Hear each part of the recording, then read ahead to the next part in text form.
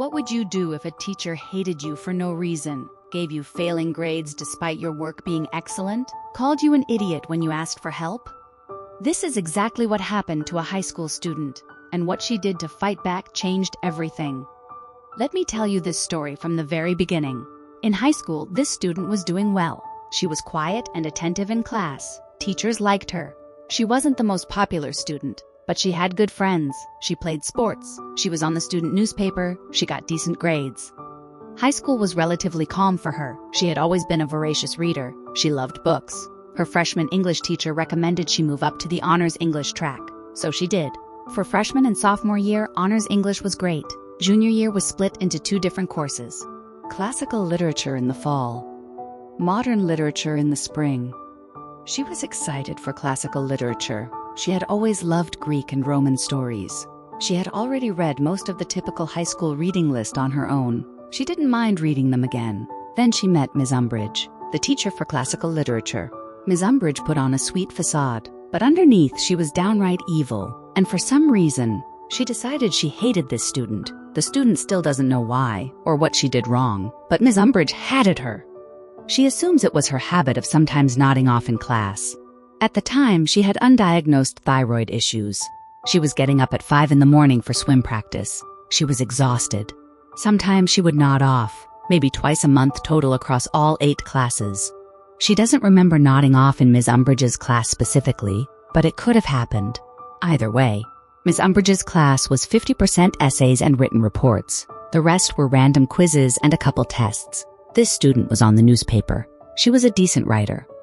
She wasn't worried about maintaining a B grade or higher. They wrote their first paper. She got a D. She was shocked. The only class she ever struggled in was chemistry. And even there, her lowest grade was a C. After class, she asked Ms. Umbridge what she did wrong. Because the teacher's notes were minimal, Ms. Umbridge told her that her assessment of the material was uninspired. The student asked, "Okay, can you direct me to an example of an inspired assessment?" She wanted to understand what the teacher expected. Ms. Umbridge told her, "Come back during study hall. I'll have some example materials for you to review." The student got a pass to see her during study hall. She thought the teacher would have actual examples to show her. Nope. Ms. Umbridge spent the full hour basically telling her she was an idiot. The student remembers leaving and crying because the teacher didn't tell her anything constructive. Her friend offered to help her on the next paper. They spent hours working on it together. Her friend never got below an A- on anything.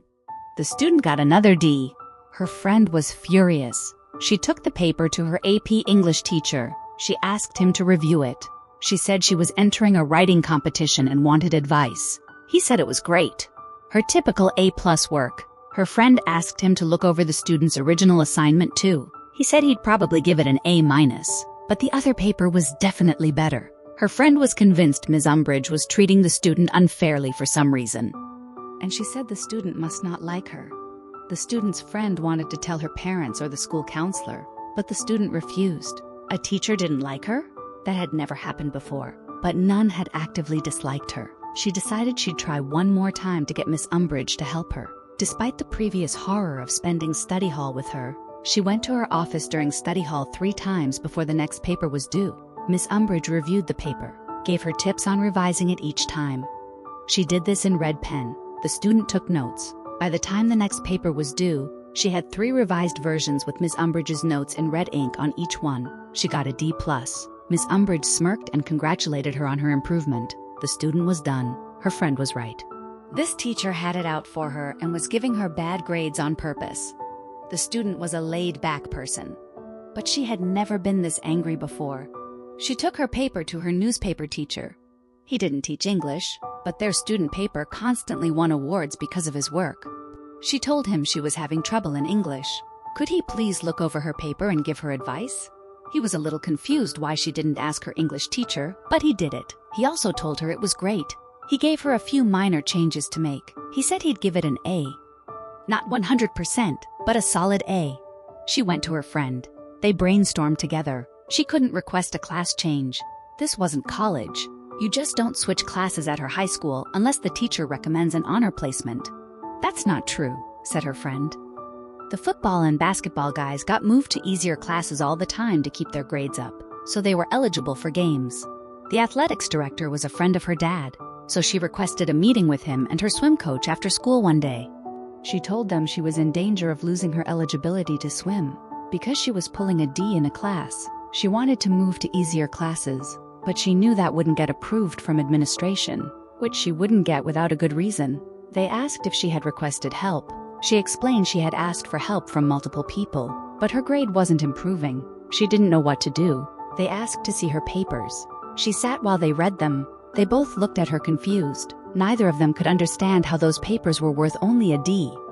The student vice principal was brought in. He asked who helped her. She explained her friend. He knew who she was. The future valedictorian. And she had even asked her AP English teacher to look it over for advice. She had also asked her newspaper teacher to help her. The student VP asked if she had ever actually asked her teacher for help. She smiled. She handed him the 3 revised versions of paper number 3 with Ms. Umbridge's red ink all over them. He frowned. The AP English teacher and the newspaper teacher was pulled into the meeting. They were each asked to grade the papers. All 3 papers got an A- or better. While this was going on, her dad was called in by the athletics director. Her dad was furious. He demanded she be moved to another class, and that Miss Umbridge be put under review. Clearly, she wasn't grading students on their work, but on her own personal opinions. The school administration obviously bristled at the accusation that a teacher was treating students unfairly. A lot of arguing occurred in the vice principal's office. She couldn't sit in on it. She could hear plenty of yelling as 6 adult men argued over the appropriate next steps. It was decided that herself, her dad, the VP, and the athletics director would have a meeting with Miss Umbridge. The following morning before school, they all met. Miss Umbridge seemed to think she was going to get to tell everyone why the student was so stupid. The VP explained that if she maintained a D in her class, she would lose her extracurricular eligibility. They were all meeting to discuss what to do. She smirked. She said the student should be moved to the non-honors English track. She had no business being in honors English. She didn't have the aptitude to understand the complex classical literature they were studying. She probably would need a tutor to even get through basic English. The student had never seen her father so red, and she expected to see steam come out of his ears. The VP asked if that meant she had never asked the teacher for help. Ms. Umbridge said she had not. The VP then pulled out the 3 revised versions of paper number 3. He handed them to Ms. Umbridge. Now it was her turn to be read. She called the student a liar. She said those notes weren't hers. Things got heated. The student was asked to leave again. She sat outside the office. This time the secretary was there. They both heard the shouting. School was set to start in 30 minutes. They were all just shouting. Then the AP English teacher and newspaper teacher were called in again. More shouting. About 5 minutes before classes started, the teachers left. The student was called back in. If looks could kill, she would have died right then and there when Miss Umbridge walked out of the VP's office. She was being moved to basic English effective immediately. Her current grade would not carry over. She would not need to make up any past assignments. Her new teacher would be instructed to grade her only on assignments going forward. Her new English teacher turned out to be Ms. Honey. She ended up being the English department head. She was at least 65 years old.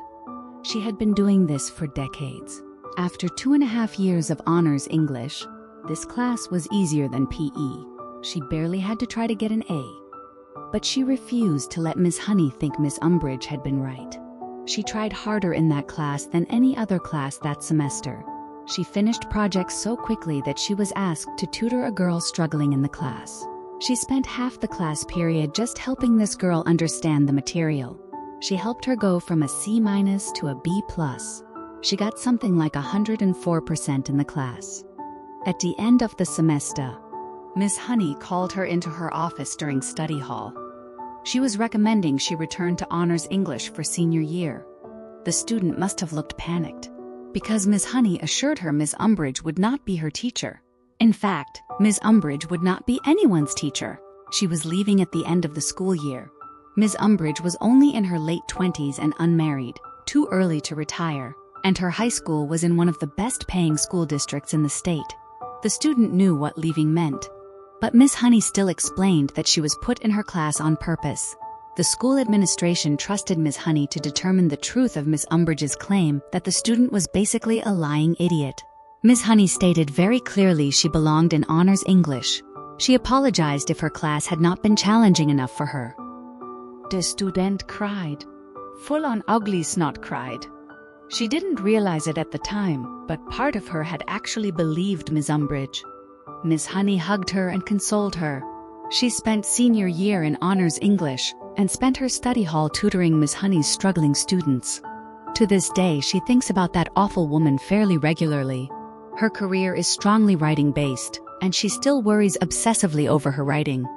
She hopes Ms. Umbridge never taught again, because she wrecked her self-confidence.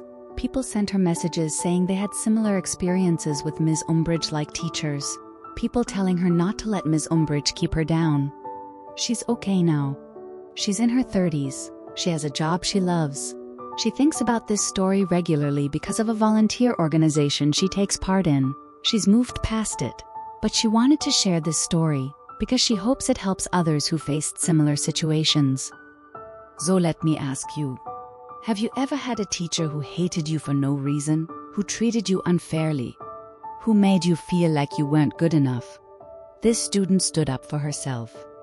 She gathered evidence. She exposed the truth. And she succeeded despite the person who tried to break her. Drop your story in the comments. Have you ever had to stand up to someone in authority? And if you want more real stories like this every single day, subscribe to Unfiltered Chronicles. Hit that subscribe button. Turn on notifications. New story dropping tomorrow. See you then.